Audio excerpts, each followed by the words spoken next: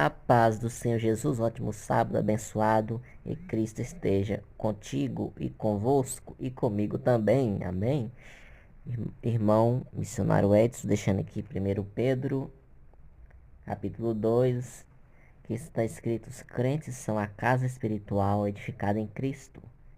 Uma palavra para vocês meditarem, amém?